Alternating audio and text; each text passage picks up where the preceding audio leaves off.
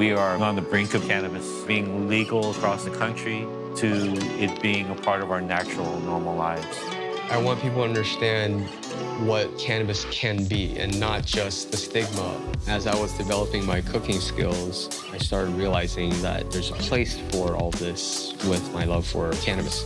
It was always very discreet and clandestine, hand-to-hand. So there was that whole era. And then there's this. You can just walk in this store. There should be not an ounce of stigma for people coming here and browsing through these products and walking away, with something that is going to make them feel well. I never wanted to sell weed illegally, but I never thought it should have been illegal. I never imagined that the day would come where I could sit in a room and smoke cannabis on TV. It would be hard to imagine that. Yeah, really hard to imagine. We still don't know if this is going to get aired. Yeah.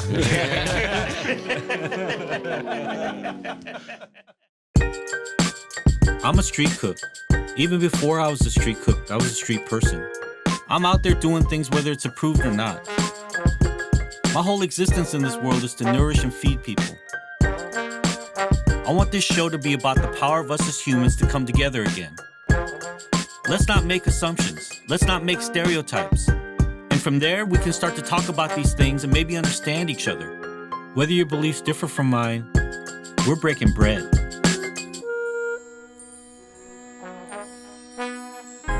Today's cannabis culture is not what it used to be.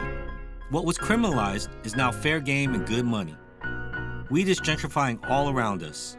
There are boutique shops selling weed on Broadway and pop-up dinners infused with cannabis. For old school smokers like me, it's taking some getting used to. But I'm trying. So this is the spot. In the old days, I'd be knocking on the door picking up a baggie. Hey, how you doing? Hey, what's up, man? Chris Yang is a chemist who became obsessed with the potential of cannabis while doing research on cancer treatments. Now he's the chef behind Cultivate, a culinary group creating cannabis dining experiences. Chris uses cannabis extracts as a garnish on his fine dining cuisine. It's a brave new world. I love smoking weed, and I love eating while I'm high, but the idea of cooking with weed seems totally foreign to me. Maybe Chris can change my mind.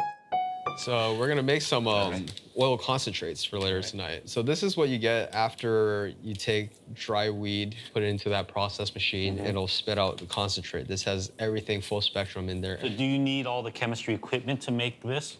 If you're making it at home, or can you make it with a Roboku or? You would need some chemistry equipment. Okay. But so if you start with this, that's not bad at all. Yeah. So now we're melting this down. So we're kind of heating it, and it's converting from THCA, which doesn't get you high. That's why when you eat straight bud, you're not gonna get high because it's missing this step of heating. So the reason why the homemade edibles get you high for like 3 days, because you overheat it, you're basically burning it, and it converts THC into CBN, and that puts you to sleep. So it's not the strain, it's not indica versus sativa. It's the processing. It's the chemistry behind it. All right. So now this is just olive oil, or? This is an olive oil. Okay. You have to measure exactly how much oil this is so you can understand how many drops is to one dose that you would need.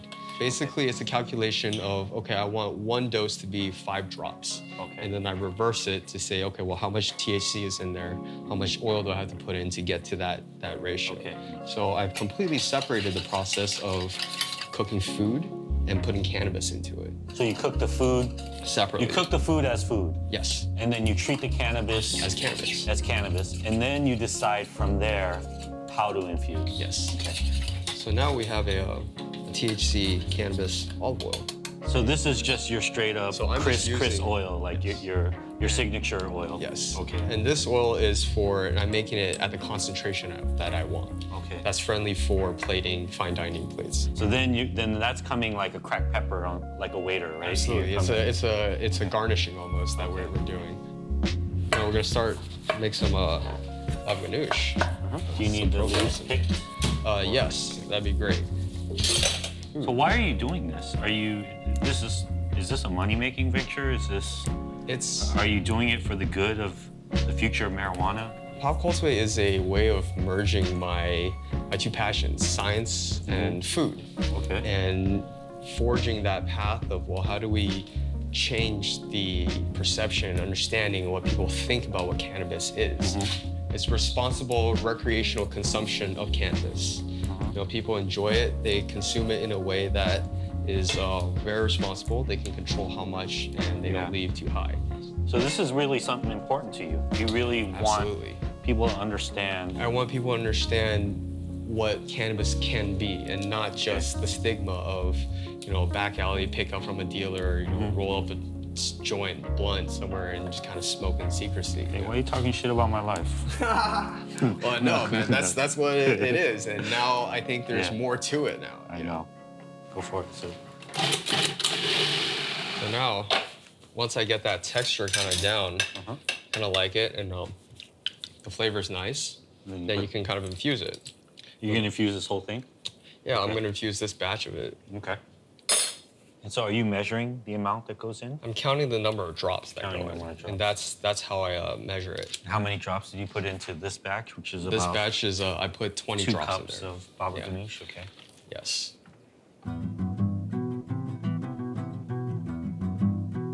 So traditionally, I think any cannabis cooking content that you see right now has one goal in mind, and that's kind of adds to that stigma that people can kind of see is, how do I get as high as possible? And that's not what Pop Cultivate's about. It's like enjoying a glass of wine. It's about the flavor profiles of this wine. What does this wine go with? How do I feel at the beginning of the node and the end node? I guess it's a much more refined approach and appreciation for cannabis. We're gonna make some ice cream, dry ice cream. So with desserts, we always serve it with CBD, because at the end of the night, you know, we kind of go on this journey of kind of like a little high like that. You get a couple waves, and at the end of it, we kind of bring everyone back a little bit, kind of close out the night a little bit, and everyone can get home safely. But really, I'm on this journey of, you know, you're kind of coming up and down, and at the end of it, you're gonna come down, and that's kind of the wrap up for the whole night. Nice. Now we have our ice cream. In college, I was studying biochemistry. I was originally on the fast track to medical school. My understanding in biochem and organic chemistry was fundamental in working with cannabis foods, because without that understanding and knowledge and education, I wouldn't be able to solve the problems I need to solve to be able to merge these two things together. All right. It's like a mint chocolate chip cookie, almost. Yeah, right. But with raspberries. With raspberries. With raspberries. Yeah. And with weed later.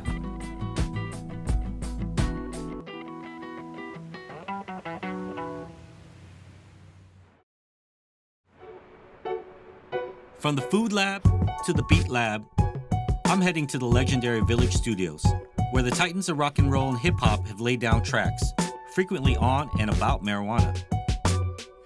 I'm here to meet two pioneers of pot and pop culture, comedy icon and social activist Cheech Marin, and rock and roll's most beloved manager, Shep Gordon. Amazing. I remember the first time I met Cheech. Now, this is 72. It was amazing. Cheech and John came walking in with a 5-foot joint. Wow. Carrying it like a canoe. Are the good old days. It was like a cultural wave. Yeah. We had this bit of two guys riding in the car and smoking dope. And the basic construction of that, but it was just two guys. You know, we didn't have, and so we were here in LA, and we were playing a Buffalo Bills club, and it had a big Buffalo Bills statue over the thing. You walked in through the legs. In between shows, we were standing out in front of the club, and this car full of lowriders come by, and so he says, "Hey, man, you know where Reseda Boulevard is? Yeah, you're on it. Oh, yes, I told you." And it was born. And the windows went up and they drove up. And Tommy goes, "Hey, when we go back in the thing, you do it as those guys, you know, and I'll do whatever." And that's how, and it stopped the show. And so you're talking about a time where no one had really been exposed to it. Yeah. Well, it was just starting to break, you know. Now, this is 72. 72, police didn't even know what cannabis was. It was unknown. I mean, it wasn't even on the radar screen. It was something that jazz guys had done in the 50s. Right? It was Deep in the night. Had to smoke a reef a bit. Yeah. It was a real cultural revolution that they led. If there's one strain that cuts through American culture, is marijuana. It invades every single segment of our society. Wow. You know, and I've seen it for all these years. Not only did I never think I'd be smoking weed on TV, I never thought I'd be able to walk into a shop and buy it like a quart of milk.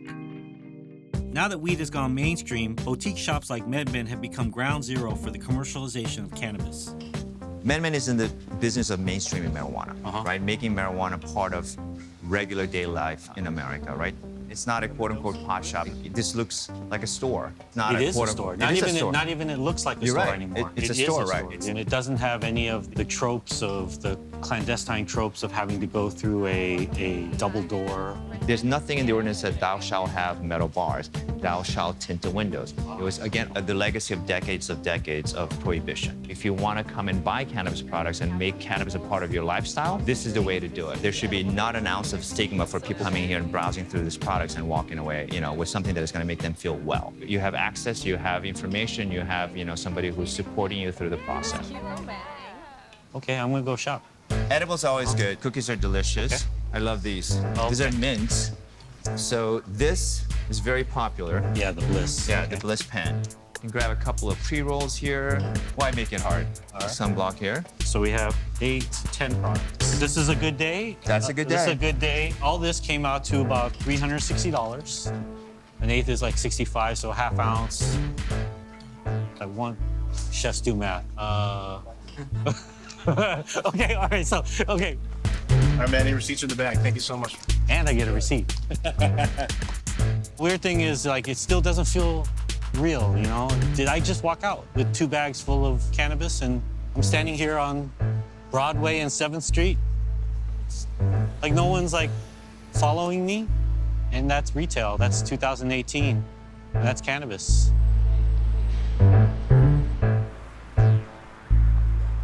How was it getting it in 1971, Tough, 72? really tough to get it. Yeah. It wasn't so much, I don't think any of us thought about the jail part. You just couldn't find it. It's a weird juxtaposition because it's like, we talk about the time where people were smoking everywhere, but it was hard to get as well. So it's like, it's kind of weird. Human beings are amazing. They'll find a way. In my era, it was knocking on apartment doors, Yeah. sitting on the couch, having to kind of wait it out a little bit, and then And have the fear of going to jail. Yeah.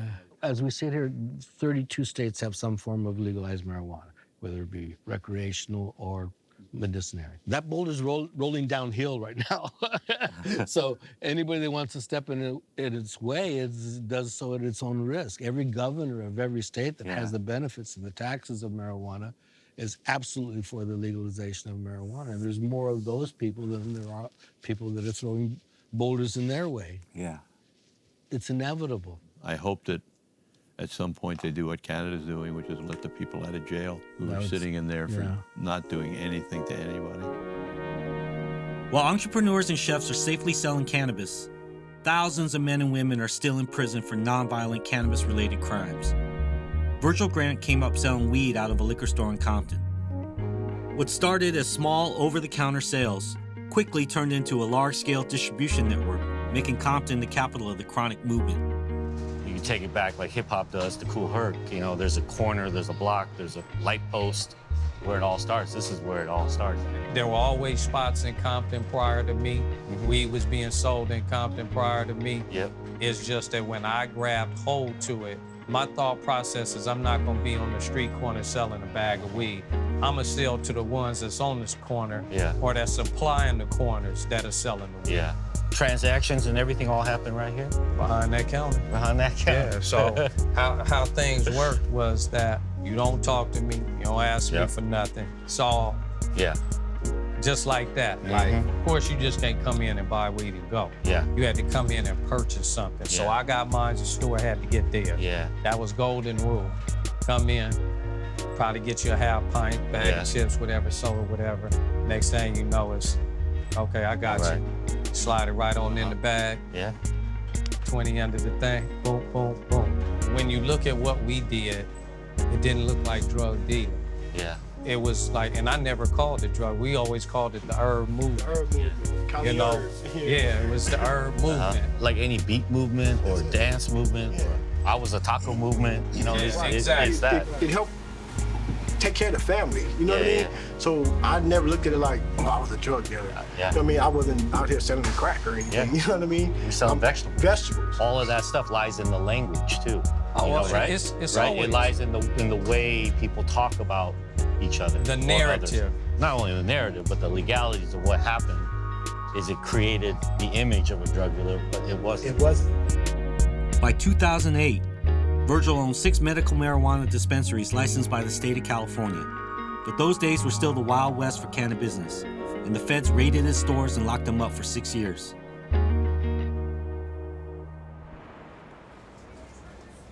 See, people think that in black communities that everybody wanted to sell drugs. No, that's what was available. You walk up to any person and you tell me who want to do something illegally. I guarantee you not one will say, oh yeah, I want to go do something illegal. That's not how it is. I never wanted to sell weed illegally, but I never thought it should have been illegal. But let's talk about legalization. What's your perspective on everything going on right now in the world? Well, the first time, so this was something that I was sitting in federal prison. Yeah. And I was watching TV, so you see Channel 7, and everybody behind the counters of their marijuana store. Yeah. And it's, they're happy and they're showing their jars of weed. And I'm sitting there like, damn, I'm sitting here doing 6 years for the same thing that they on TV smiling and cheesing about behind the counter. So my goal coming out was to jump back into the industry. Yeah. And I gotta let everybody know what's really going on. I went and opened up my first shop. I just took a lot of the money that I had, got me a lease, opened up business. So we're not just a retail store, we create our own products. So these are my 3 proprietary strains. Now this is a nice one. This is our Crucial Candy. Other shows show you pea tangles. We're showing you some other stuff. We are intimately involved in the production of our product. So we know the goodness that we're given. An organic tea that we make. When you drink it cold, it works as a sativa. If you take it and warm it up, it works as an indica. Wow. It's a shape-shifting tea. Exactly. Crazy. I always looked at my product as growing, I'm growing, and I'm helping. I never got into what I do for the money. My thought is if you focus on the money, you lose what you're here for. Well, it's created a whole industry of branding, Yes. marketing, and packaging. Absolutely. You're creating jobs on top of jobs on top of jobs, Absolutely. And it's legal now. So it's like the old arguments need to just go away. How many opportunities do you create? How many startup companies can become major companies? This is a new industry, and people are getting rich off of it. The future of cannabis is not just one thing. It has many tentacles, from business to subsidiary businesses to improving concentric circles of life around it. You got a lot of empty storefronts here. You're talking about the economy and 3-4 people that have a job here now in the community. At the edge of South LA and downtown, in the shadow of billion-dollar buildings, Virgil is growing his business enterprise to include cultivation, manufacturing, and education. I mean, obviously I know where I am, the iconic Sears building. Exactly, downtown right there, Arts District. To see it gives you a different understanding of what is getting ready to truly take place on this corner. In 6 months, this will be a brand new building, and this is where I'll be cultivating, manufacturing, teaching class. So this is California Cannabis Campus. Well, if I'm looking at my GPS and it's red for another 2 miles, and I see you, I'm pulling over. I'm a bright spot. Yeah. In a tough situation. Yeah, in a bleak situation. So this will be the dispensary. All the product will be displayed there behind the counter. We come into here, this is distribution. So what I have here is a micro business in cultivation, manufacturing, distribution, the whole 9 yards. This right here will be full-blown cultivation, turning and burning 24/7. This whole thing starts the moment you got out of jail? When I came home, I didn't have a dime in my pocket. Because I was fresh out of jail, I could only get a job making $9 an hour, regardless of my education. But I did what I had to do in order to help bring money to my family. See, not having any money as a person who come from that hustle side, I know how to get it. One thing you're not gonna see me is sitting on the corner with a cup in my hand trying to beg somebody for something. I won't do that. I will figure out a way. So the job was the means to the end, but you knew where you were going. if you strip away all of the stigma and the rhetoric that has surrounded and clouded the marijuana cannabis industry for so long, you can see that this is not some diabolical, evil scheme. This is a businessman who is flipping and creating business and providing a product that people want in a good way and employing people and doing everything the right way.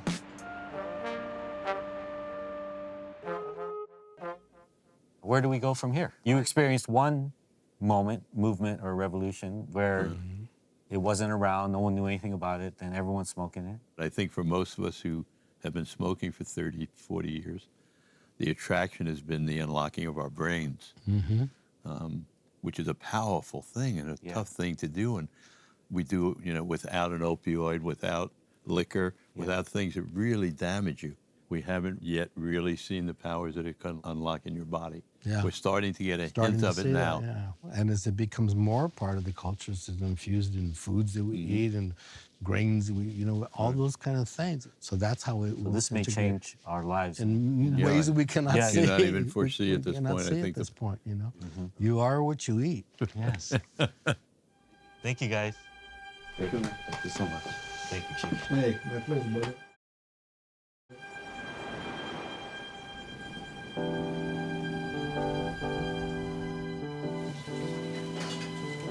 We're gonna do a mini powwow. All right, guys, we have 10 guests tonight. Do you guys get high while you cook, or you wait till after?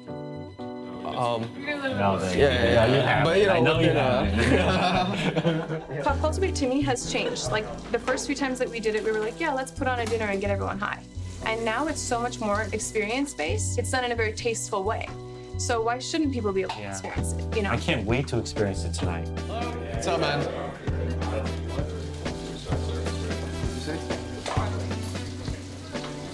I'm curious to see what this whole thing is about. It's a whole crowd I've never really mixed with before. Do you guys smoke a lot outside? No, we're actually doing just CBD.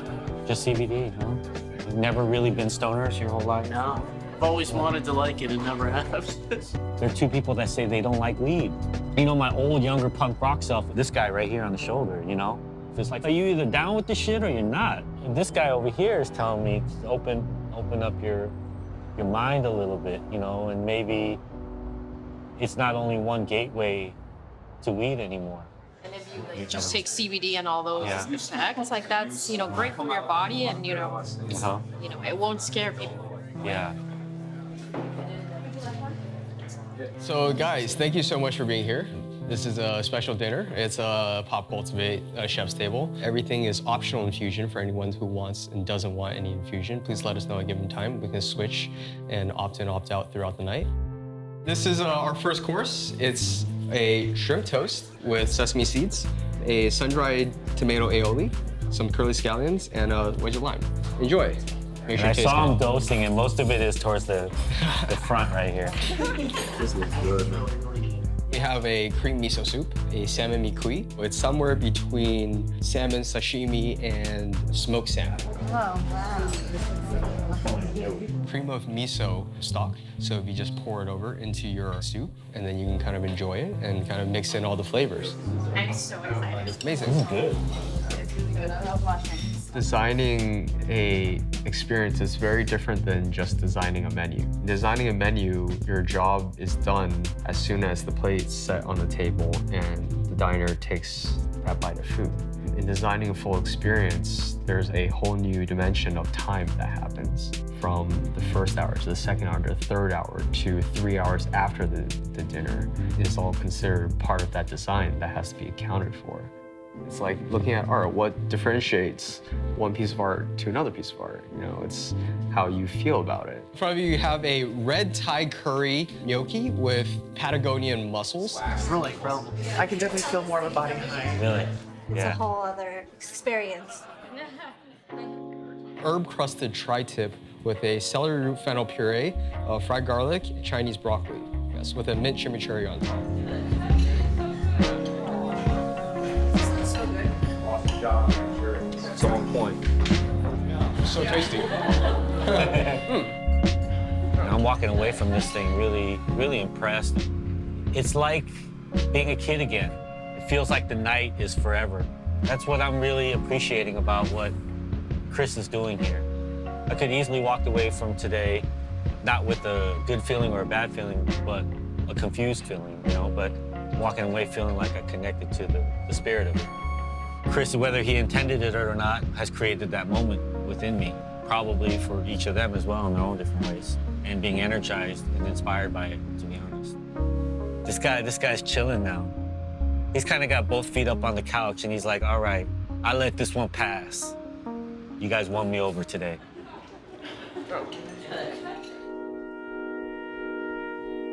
Cannabis is like an old friend who's been through a lot, but has found a new lease on life. Whether it's expanding our culinary experiences, encouraging good fellowship across generations, or creating a billion-dollar industry in the process, there are still so many questions to be answered about what comes next and who will ultimately benefit from it. Let's just hope that cannabis never forgets where it came from, and most importantly, those who paid the price to get it where it is today.